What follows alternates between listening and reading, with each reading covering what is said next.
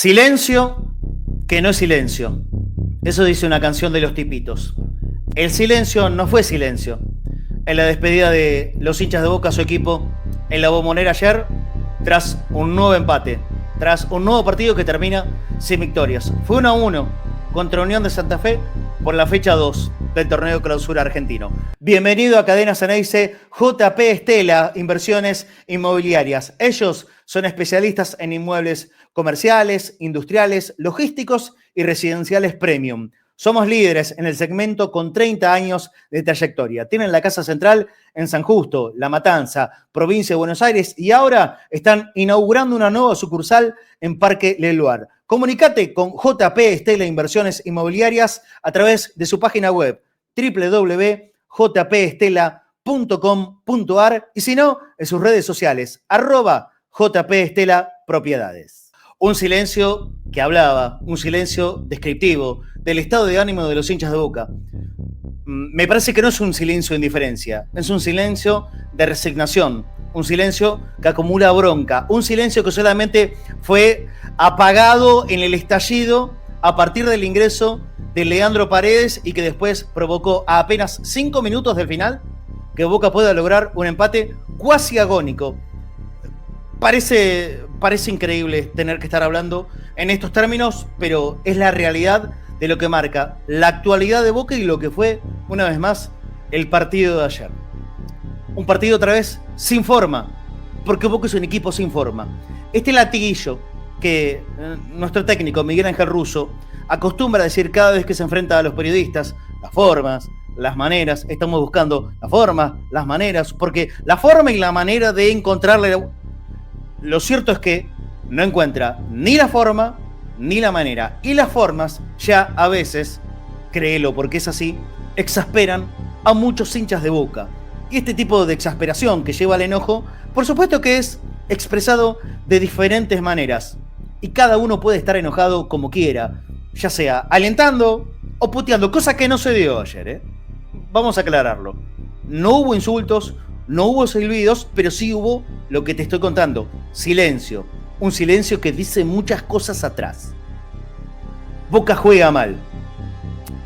Y creo que hay que ser bastante concreto en esto. Boca no solo juega mal, sino que no da ningún indicio de mejora. Sino que hay que decir concretamente que Boca juega cada vez peor. Porque Boca jugó peor que contra Argentinos. Y contra Argentinos, bueno, claramente hay que decir que no se llega al punto tan bajo del último subsuelo, como fue contra el Auckland City en el último partido del Mundial de Clubes, sino que la comparación hay que tratar de hacerla con las mejores versiones de este incipiente ciclo de Miguel Ángel Russo por tercera vez. El tercer ciclo de Miguel tiene 5 partidos y lógicamente, teniendo en cuenta este dato que no puede ser dejado al margen en cualquier análisis, no se lo puede ni crucificar ni ser absolutamente taxativo en las opiniones. Pero no implica que ya no le corresponda alguna crítica, porque en este mes y medio, casi 2, que lleva de trabajo el nuevo técnico de Boca, lo cierto y lo real es que el equipo no muestra una sola mejora y un acercamiento a que pueda llegar a verlo.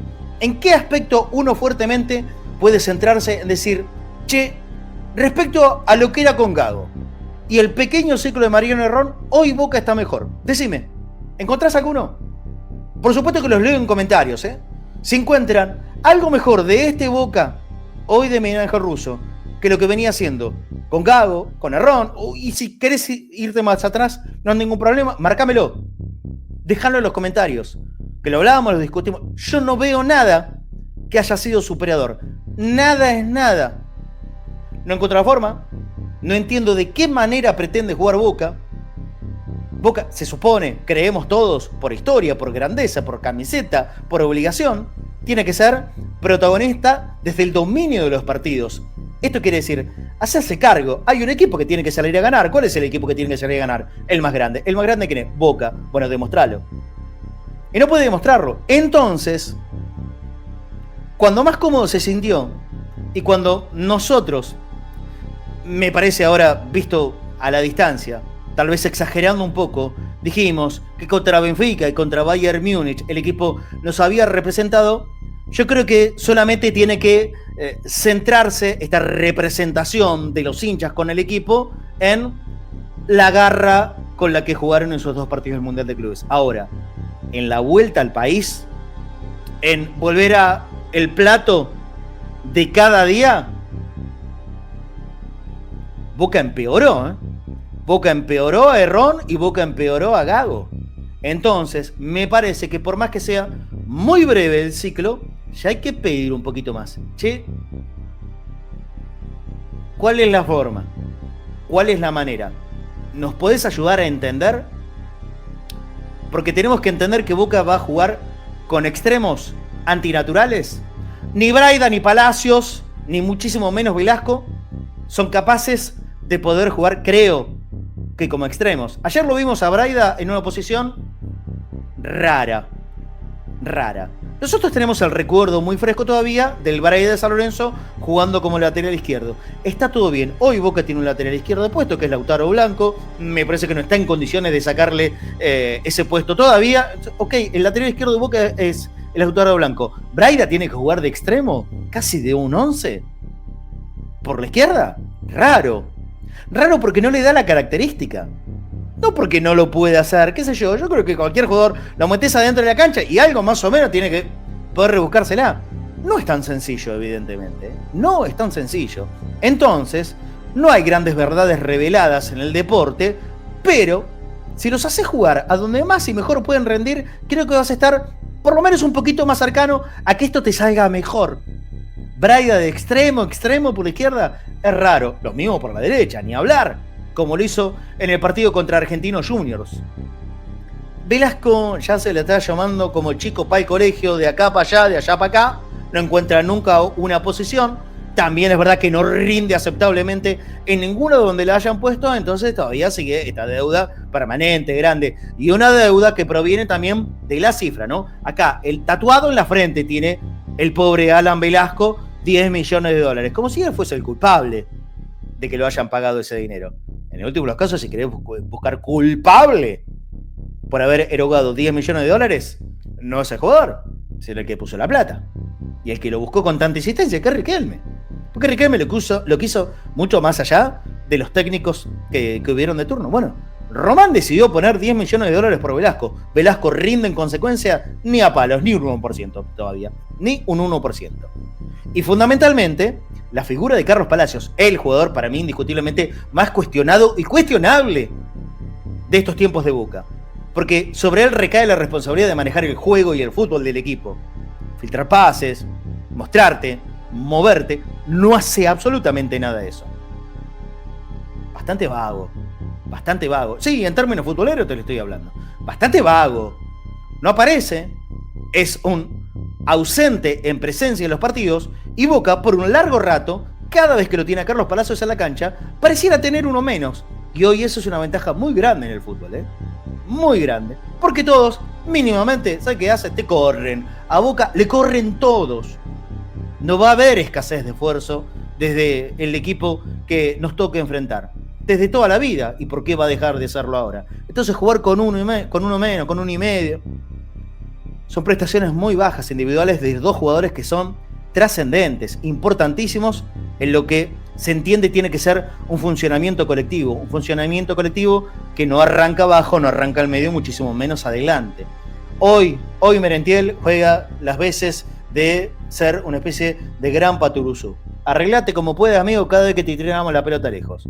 En el pretendido juego directo, porque entiendo, alguno puede creer que Boca es un equipo que le guste, que se acomoda mejor jugando al contragolpe en el juego directo. El juego directo es un pelotazo a Merentiel.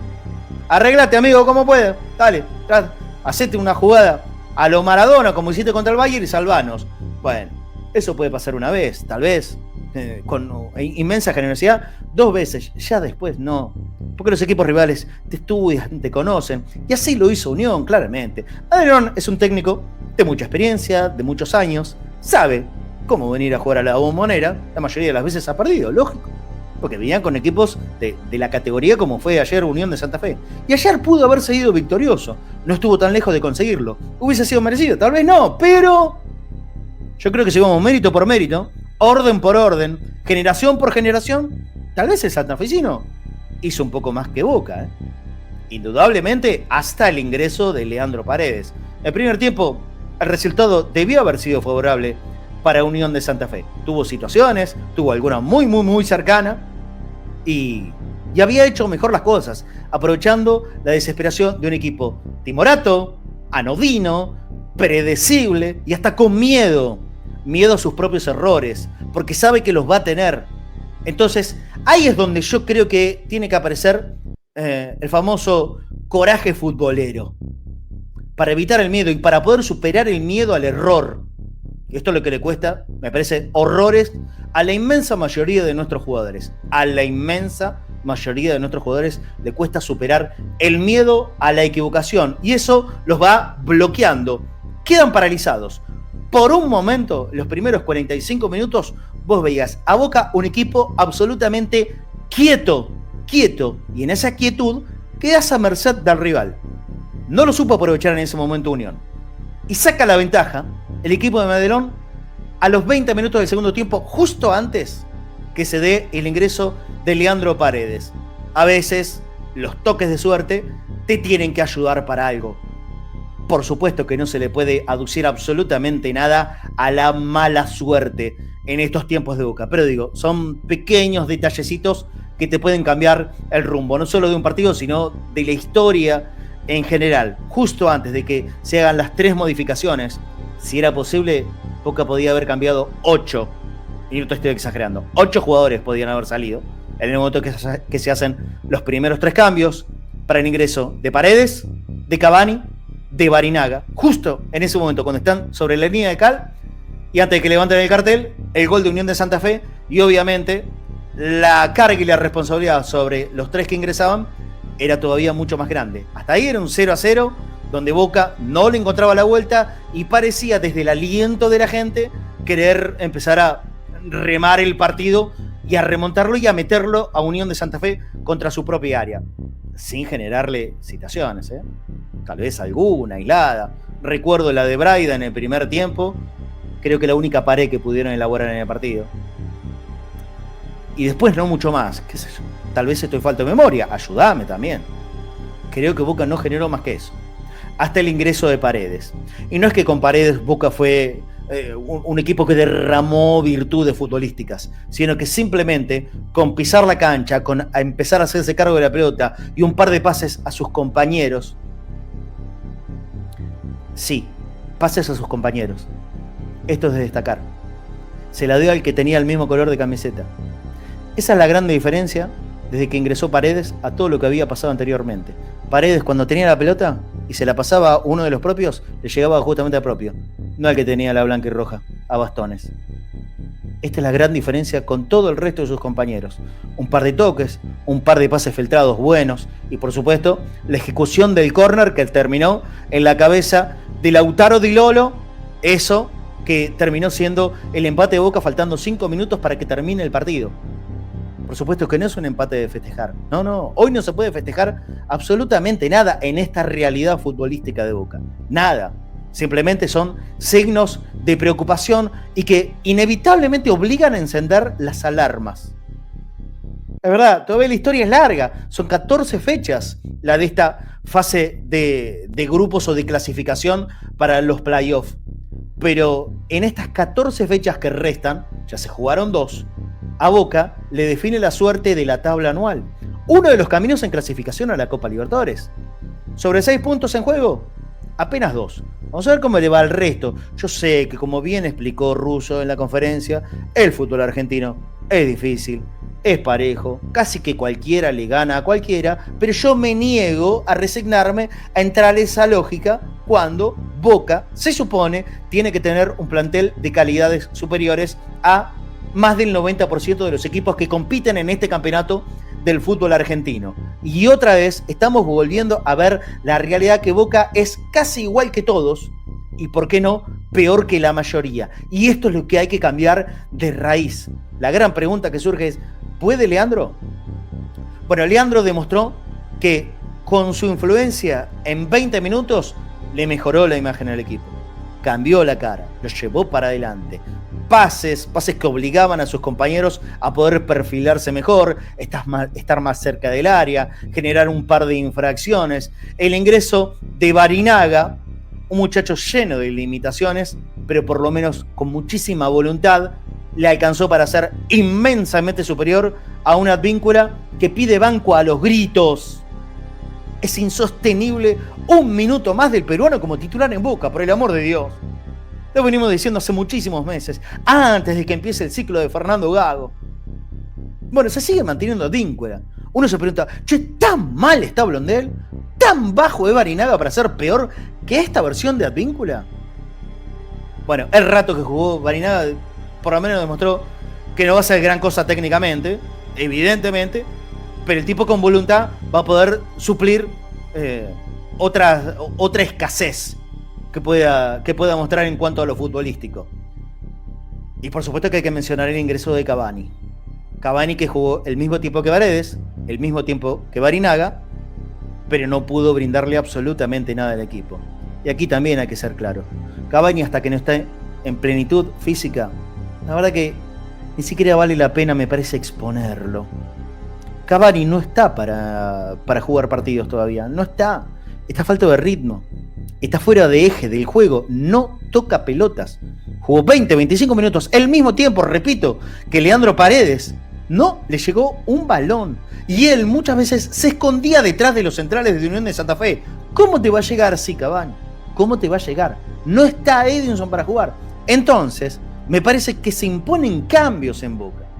Cambios en maneras, en formas. Y esto tal vez puede llevarlo al dibujo táctico. O no, ni siquiera es lo tan grave. Pero sí, puntualmente, dejar de insistir con jugadores que claramente no están rindiendo. Uno, Palacios, no debiera seguir siendo titular.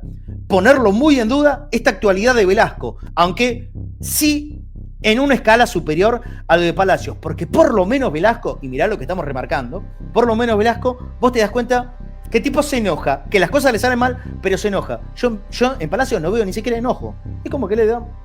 Yo poco veo. Entonces, ¿por qué no pensar en una alternativa de jugadores que jueguen en un puesto que conocen más? Se me ocurre. Yo creo que el peor Zenón, el peor de todos los Zenón, juega mejor que Braida como extremo por la izquierda. Y no lo quiero catalogar a Braida, porque ni siquiera en esta forma que nos tenemos que adaptar del equipo de hoy, yo a Braida tal vez lo dejaría en el equipo titular, pero no jugando en esa función. No jugando en esa función. ¿Y Aguirre? Si Boca necesita jugar con extremos, porque esto es algo que muchas veces ha dado a entender Miranja Russo. ¿Cuántos extremos naturales le quedan en el plantel? Aguirre, Ceballos. Ceballos está borrado, ni siquiera en la lista de concentrados. Entonces, ¿quién queda? Aguirre. ¿Y Aguirre? ¿No puede ser una alternativa para volver a jugar con dos delanteros? Estamos hablando de Boca, ¿no? ¿Boca tiene que jugar solamente con un solo delantero? ¿Y arreglate como puedas, Miguel? ¿Merentiel? ¿En serio Boca tiene que jugar así? ¿O Boca tiene que salir a ser protagonista en serio de los partidos? A tratar de buscar ganarlos. Hoy la sensación que nos da a todos es que Boca sale a ver qué pasa. En un momento, durante la transmisión de Cadena Ceneice en Radio Continental, dije algo que tenía la sensación. Boca está jugando a reglamento. Laburantes a reglamento. ¿Qué quiere decir esto? Por si hay alguno que no conoce el término.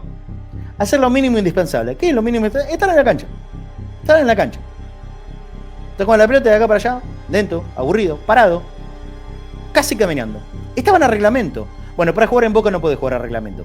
En Boca tenés que jugar con compromiso. En Boca tenés que jugar con la suficiente capacidad como para poder hacerte cargo e ir a buscar los partidos. Y Boca no busca los partidos porque no se siente cómodo hacerlos, porque no sabe cómo. Entonces ahí es lo que está faltando, ¿sabés qué es? Una bendita frase que se dijo mucho durante el ciclo Almirón, por ejemplo. Herramientas. No hay herramientas. Bueno, este equipo otra vez perdió la caja de herramientas, no lo encuentra por ningún lado, no tiene martillo, no tiene destornillador, no tiene serrucho, no tiene un carajo. Hay que buscarla. Andá a la ferretería y buscar las herramientas para que este equipo pueda volver a generar algo. ¿Sabes por qué? Porque no gana, porque son 9 los partidos, porque estamos otra vez al borde de la peor racha histórica y el miércoles nos jugamos buena parte del segundo semestre, porque empezamos con los mata-mata de la Copa Argentina, es contra Atlético Tucumán y ya se sabe, perdés, va para afuera y no se puede perder. Boca no puede cortar ningún camino posible para poder llegar a la Copa Libertadores. El objetivo 1 del año, clasificar a la Copa Libertadores. Si viene de la mano de un título, mejor. Exijamos que sea de esa manera, pero en lo que no se puede fallar es en volver a estar en la Copa Libertadores del año 2026. Es mucho tiempo para Boca y justamente esto es lo que crea el clima de desilusión, de desencanto y a veces hasta de querer bajar los brazos. No queremos nunca más un Boca de brazos caídos. Lo queremos arriba, lo queremos atento, lo queremos latente, lo queremos sintiendo, así como hace sentir la gente en la Bombonera. Representen al hincha, vuelvan a jugar como corresponde con la camiseta de Boca.